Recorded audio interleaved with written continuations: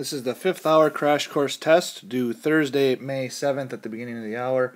Feel free to use the videos your classmates created, the textbook, or any other online resource to answer the questions. Good luck.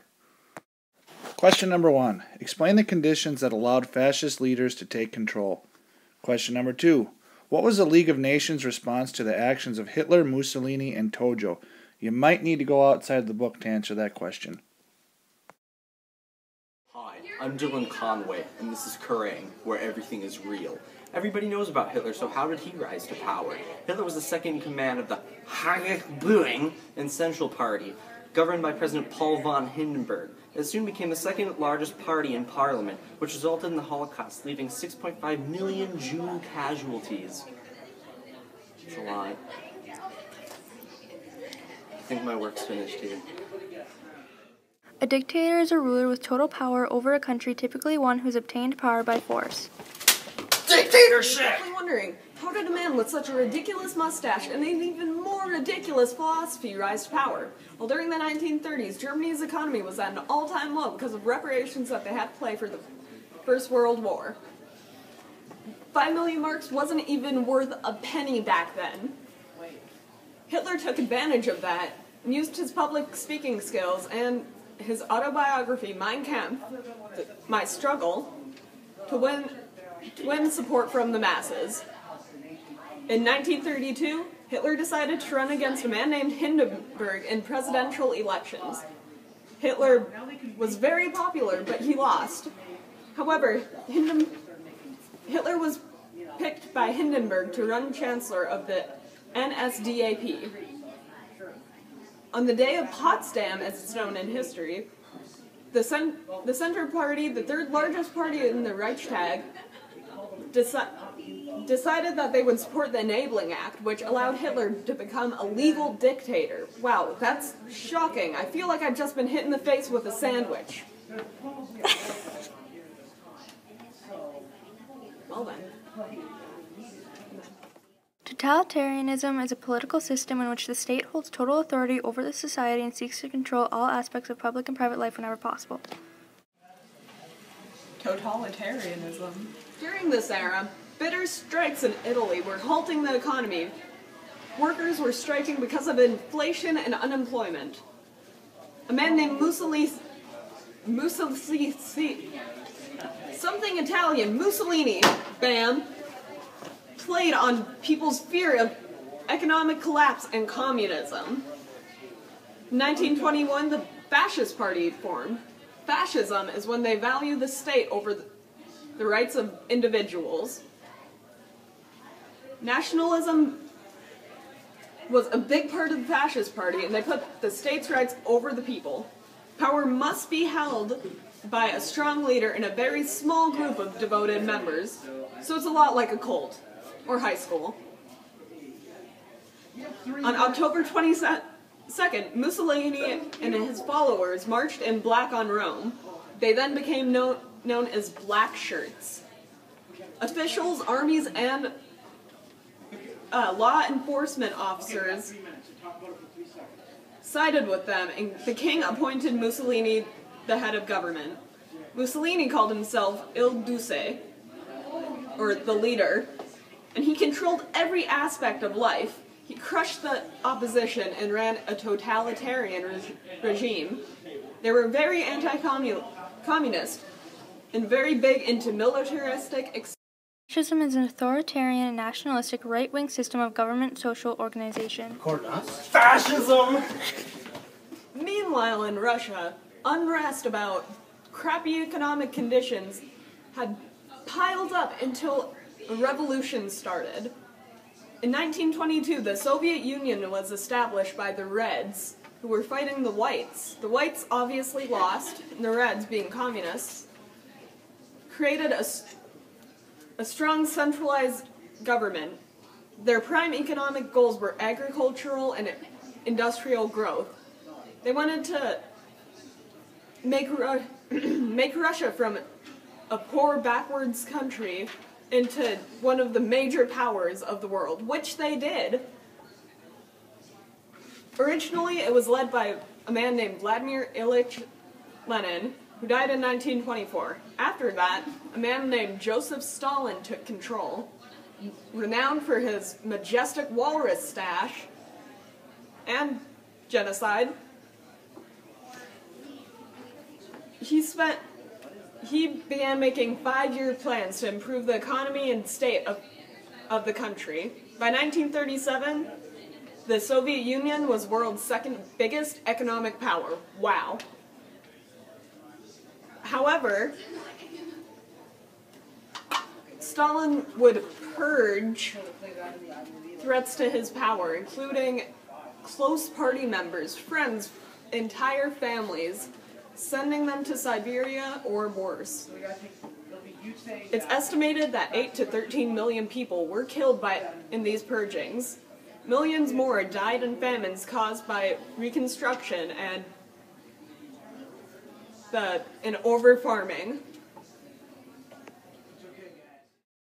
Communism is a political theory derived from Karl Marx, advocating class war and leading to a society in which all public property is publicly owned and each person works and is paid according to their abilities and needs. Communism. Well, let's see what's in the mystery trash today.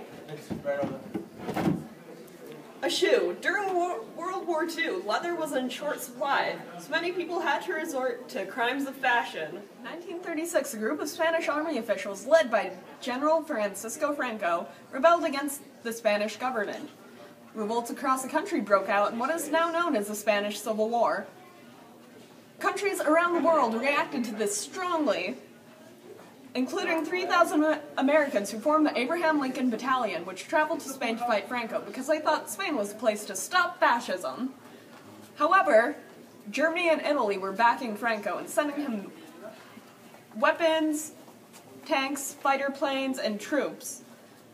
This forged a close alliance between Germany, Italy, and Spain, and they signed a formal alliance known as the Rome-Berlin Axis. After a loss of over 500,000 lives, Franco won in 1939. While all of this was happening in Europe, military leaders in Japan were trying to take control of Japan's imperial government. In 1931, they invaded Manchuria, a province in China twice the size of Texas. The League of Nations tried to intervene, but Japan left the League of Nations and continued to invade China.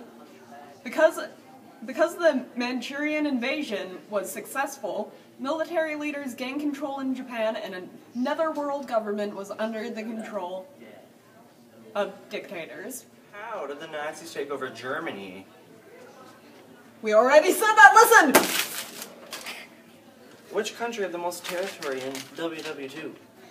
Mother Russia. How did the Nazi Party come up with the flag? Finally, a good question. Well, they thought the old flag shouldn't be lost, so they kept the red, and then they wanted a symbol that would represent their struggle and to make people want to join. So they picked the swastika, which originated in Asia as a sacred symbol.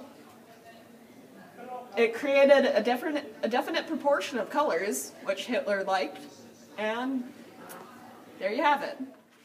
Question number 3. What was nationalism? How did Hitler use this and the results of the Treaty of Versailles to gain power? Section 16.2 by Brittany, Kylie, and Azzy. The Treaty of Versailles. The Treaty of Versailles was one of the peace treaties that ended World War I. The Allied powers got together to state that Germany was to take responsibility of the loss and damage in the war. The German army now had to have less than 100 men. They were not allowed an air force. The Allies could occupy Germany for 15 years, and they were not allowed submarines or large ships. The Treaty of Versailles was one of the peace treaties at the end of World War I, and it ended the state war between Germany and the Allied powers. Germany was to accept the blame starting World War I, but Germany had to pay for all costs of World War I. Germany was only allowed to have a small army. It couldn't include any tanks or submarines, and land could be taken away from Germany by other countries. It made Germany very bitter for blaming them of the war. After World War I, Hitler felt Germany had been blamed for all that happened in the war, and it has caused Germany to become weak. Nationalism of Hitler in Germany caused him to want to prove Germany was a powerful country, and he felt the only way Germany could grow and prosper was to annex the surrounding countries to gain control. Nationalism is the belief that your country is the best and wanting it to grow and prosper. Nationalism caused Hitler to take over countries to prove Germany power. First, Hitler created a union with Austria, but it didn't seem to affect the rest of the world. Then he wanted to annex Czechoslovakia. At first, France and Great Britain were against it, but when Hitler said it was his last territorial demand, they agreed in order to avoid a war by signing the Munich Agreement. Winston Churchill was the Prime Minister of Great Britain, and he led the fight against the Nazis in World War II. Winston Churchill, one of Britain's most important people at the time, felt signing the Munich Agreement was a big mistake. In his eyes, by signing that paper, Britain had adopted a shameful policy of appeasement. Appeasement means giving up principles to pacify an aggressor. A voice from the past. Britain and France had to choose between war and dishonor. They chose dishonor. They will have war. Just as Churchill warned, Germany had not finished expanding the Third Reich, and the next thing Hitler wanted was Poland. For several months after the fall of Poland, troops from both Germany and opposing countries would sit at the borders looking to each other to see who would make the first move. And this became widely known as the sitting war, because all the countries were just sitting and waiting. Hitler ended this by making a surprise invasion on Denmark and Norway. And then when Italy took Germany's side, they took over France as well. Lastly, Germany began to battle Britain because they wanted to gain control of the skies by destroying Britain's air force. For 2 months, bombs were falling on London from Germany's air force, but Britain gained control when radar was invented. This next group is going to start to talk about one of my favorite guys in history, Mr. Winston Churchill. You're going to need to go into a little bit more depth than this group does to answer this question. For this question, number 4, you will explain the English mindset in World War II and the measures they were willing to take to withstand Hitler. Eventually, what was Hitler forced to do and why?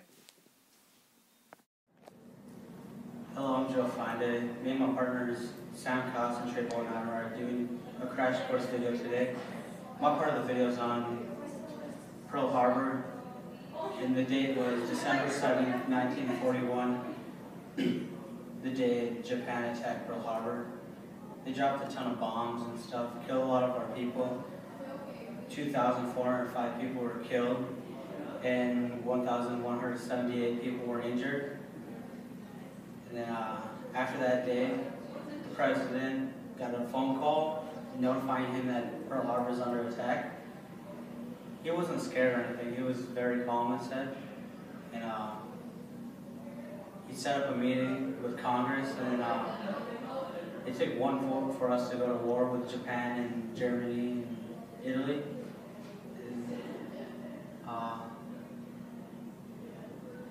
The person who voted was Jeannette Rankin.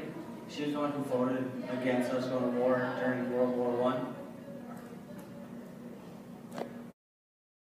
Hitler's way to power took over Poland, which sets off a chain reaction when Russia thought that the Germans were going to attack them, which the Germans actually didn't have the intention of attacking the Soviet Union, so the Soviet Union decided to send troops to the border, which set off the Germans' alarm system, which like they thought the Soviets were going to attack them, but the Soviets were just trying to protect their land. So then, which led to the Germans breaking the treaty against the Russians, which then like Russia and the British. Hi, I'm Sam, and I'm talking to you about the USS Greer, which was a battleship that us here Americans had back in World War II. And so we seen this German sub, right? And we was in the ocean, and the German sub seen us, and then a plane dropped a bomb on this German sub, and the sub thought it was the Greer, which in turn shot at the Greer. And since we were still a neutral country at the time, Roosevelt got all sorts of salty and told everybody else that if we seen any German or Italian crafts within our waters, we were to shoot on sight. And that's how it went down back in World War II. 1. Trailer the trash, I'm gonna give you a blast from the past.